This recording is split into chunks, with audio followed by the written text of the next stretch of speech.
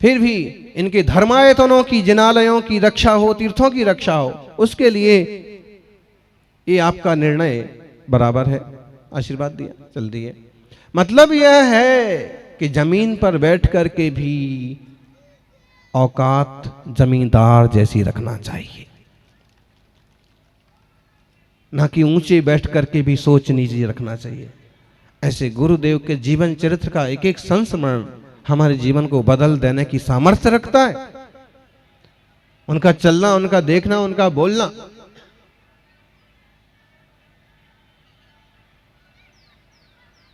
सज्जनों, जाते जाते लोग गृहस्थी बात करते हैं अपनी वसीयत की।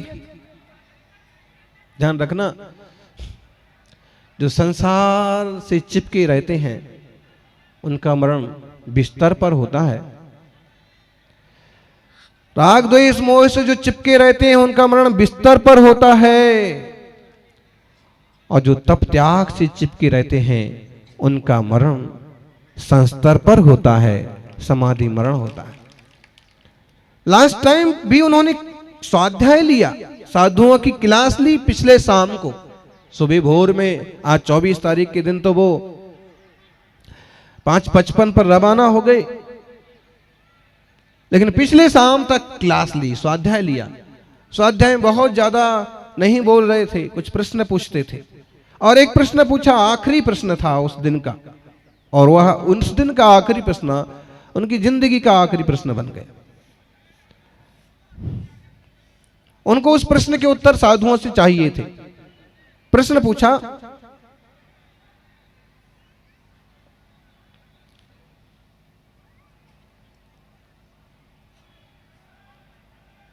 चतुर्विध स्वसंघ कौन सा है?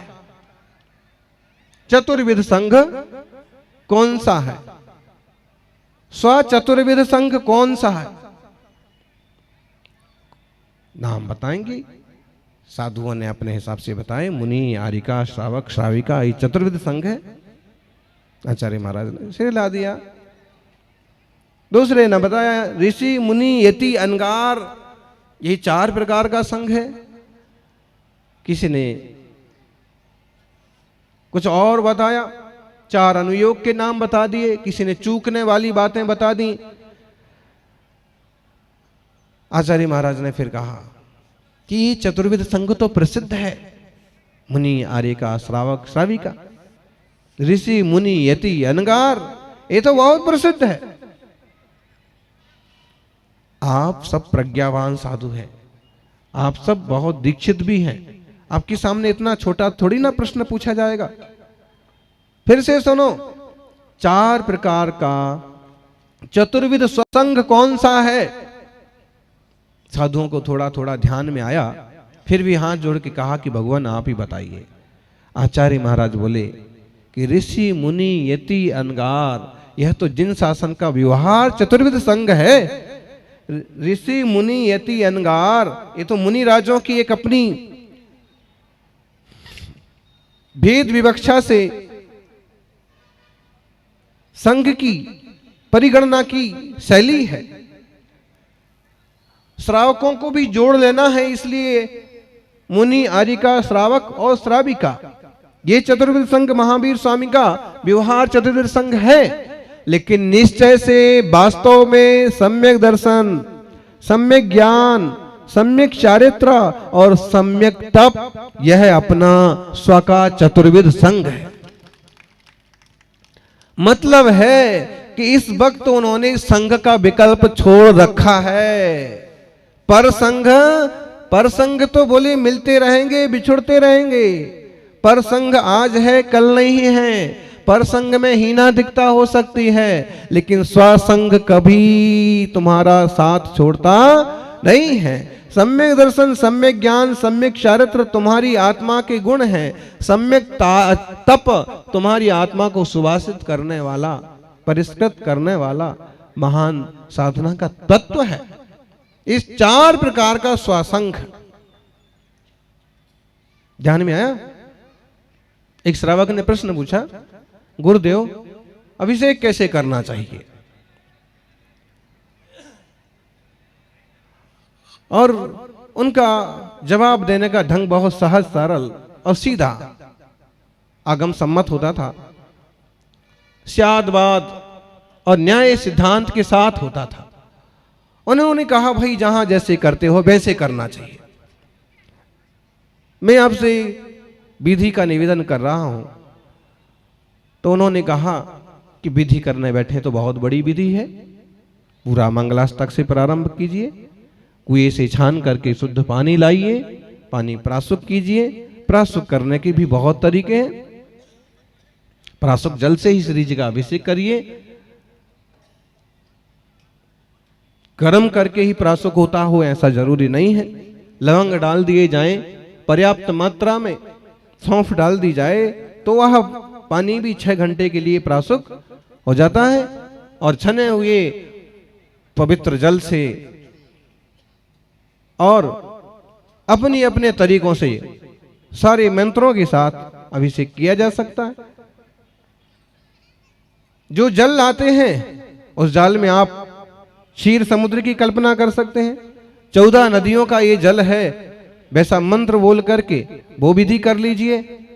सारी विधियां हैं, सारे मंत्र हैं, सारे श्लोक हैं, और सब करते करते आप अच्छे से अभिषेक करें तो घंटा भर भी लग सकता है।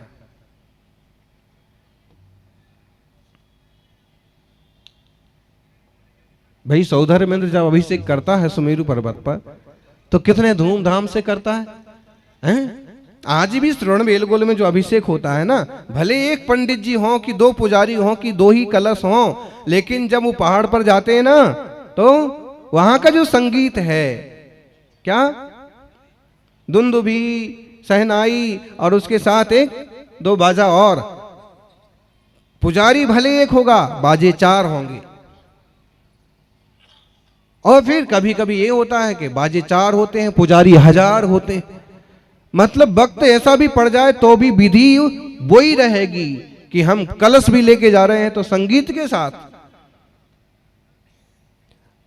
गुरुदेव बताते थे यहीं बागड़ का किस गांव के और किस श्रावक का प्रसंग कि वो अभिषेक करने जाते थे तो घर से हार मुकुट लगा करके, माला पहन करके, सौधर्मेंद्र बन करके, कलश ले करके और पति पत्नी और परिवार नाचता गाता हुआ मंदिर अभिषेक करने जाता था। ऐसे श्रावक तो अभी भी मिल जाएंगे आपको कि गुरुदेव के दोनों तरफ खड़े होकर के चमर ढोरने वाले, कि तरह तरह पाद प्रक्षालन करने वाले, ऐसे तो अभी भी मिल जाएंगे। लेकिन ये प्रसंग भी है, कितने अच्छे से आप कर सकते हो, करिए। स्थापना निक्षेप, नाम निक्षेप अपना बहुत महत्व रखते हैं। हमने उसमें स्थापना की है गंगा नदी के जल की, क्षीर सागर के जल की। सज्जनों, दूसरा उसने कहा कि इतना तो बहुत हो जाएगा, सबसे तो बनेगा नहीं। मान लीजिए कोई एकदम नया है और उसे अभिषेक करना आता ही नहीं है, पहली बार मंदिर जा रहा, अभिषेक का मन बना रहा है, वो अभिषेक कैसे करे? कैसे करे बोलो? सस्ते से सस्ता रास्ता क्या है? मुझे तो नहीं आता श्लोक, मुझे तो नहीं आता है साहस। हम व्यवहार से निश्चय की ओर कुछ कदम तो बढ़ ही गए होंगे कि प्रभु आपकी भक्ति केवल आपकी भक्ति के लिए नहीं है, आपकी भक्ति हमारी मुक्ति के लिए है।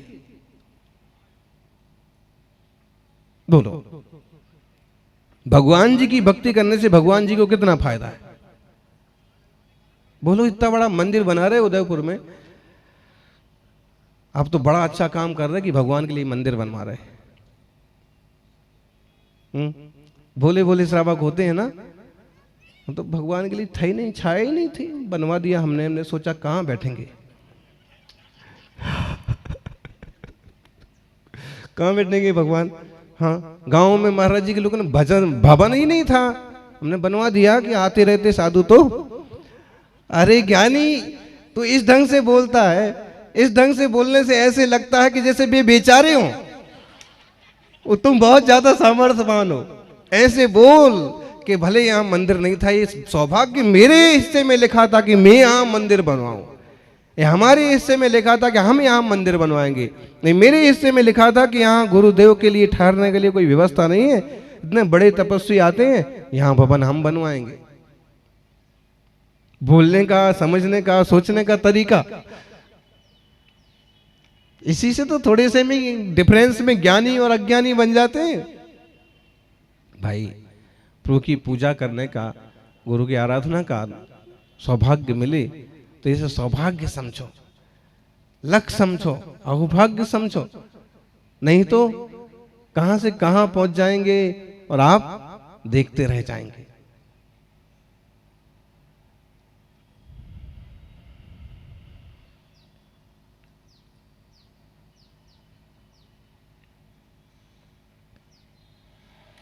आत्मा थी सज्जनों,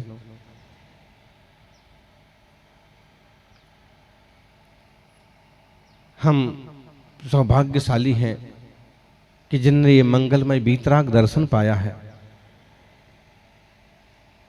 गुरुदेव से किसी ने कहा, आप जबरदस्ती इतना तप करते हो, 10 उपास कोई उपास करता है?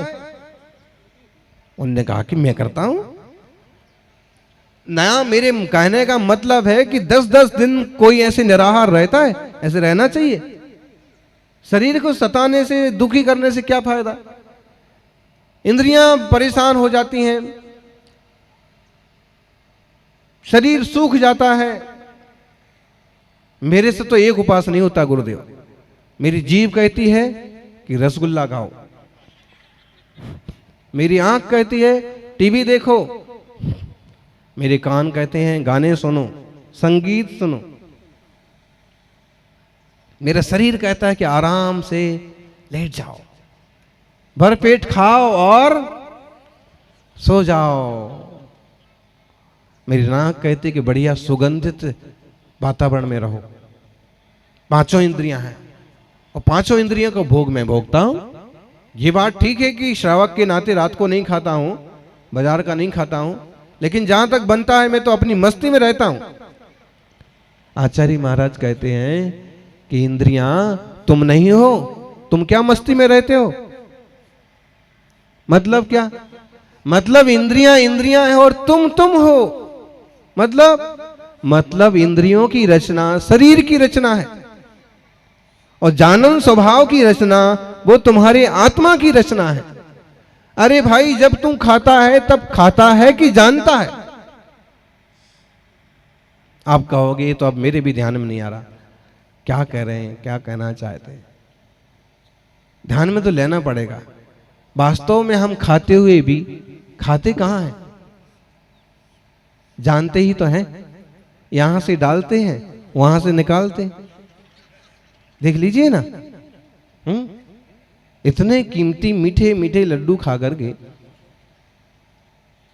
अब आपको चाहिए कि हफ्ते भर उसे पेट में ही रखो? रख सकते हो? नहीं। शरीर अपने ढंग से काम करता है, पाचन तंत्र अपने ढंग से काम करता है।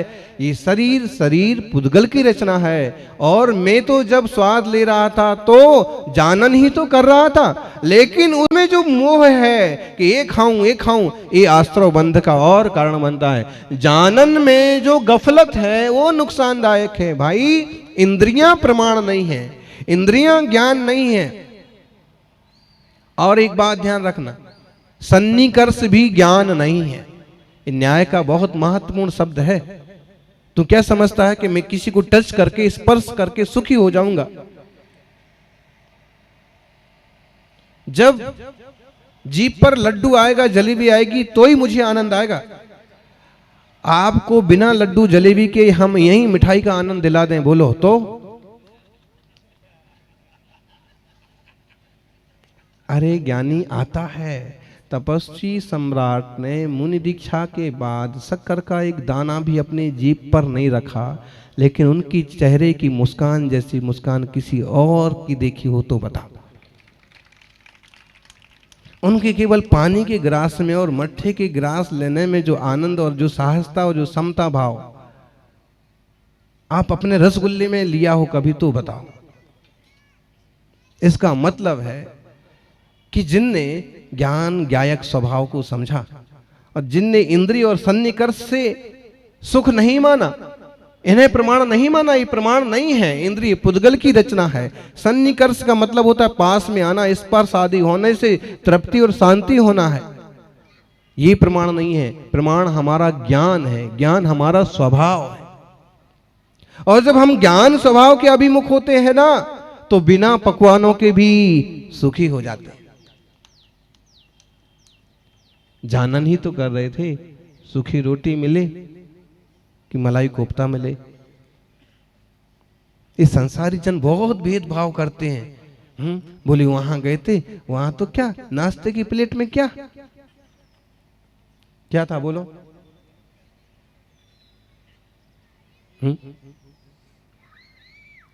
और ऐसे ही गिनती करते रहते हैं कि ये नहीं था, कि वो नहीं था, कि ऐसा होना चाहिए, वैसा।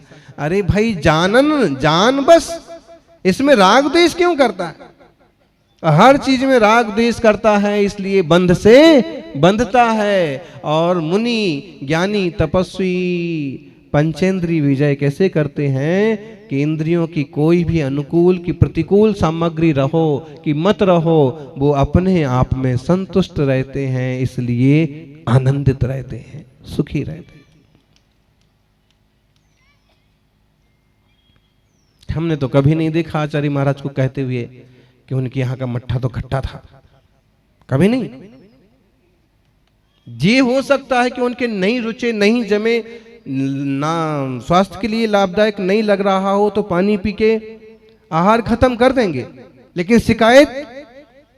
और आज देखना कोई कोई त्यागी श्रमण होकर के भी कहता है श्रावक के यहां तो ये नहीं था, उस श्रावक के यहां तो वो नहीं था। अरे भाई, मूलाचार में तो ये लिखा है कि रूखा सूखा, ठंडा गरम, कैसा भी शुद्ध प्रासुक आहार मिले तो हे श्रमण सहजता से ग्रहण करना और साधना करना।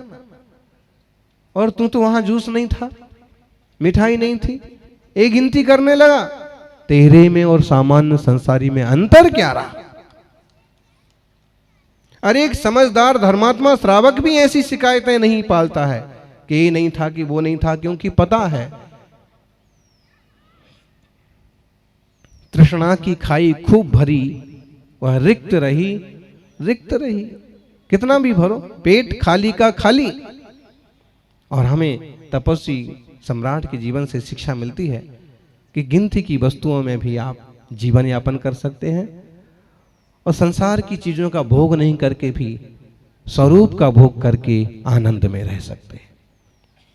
जय बोलिए 24 तीर्थंकर भगवान की।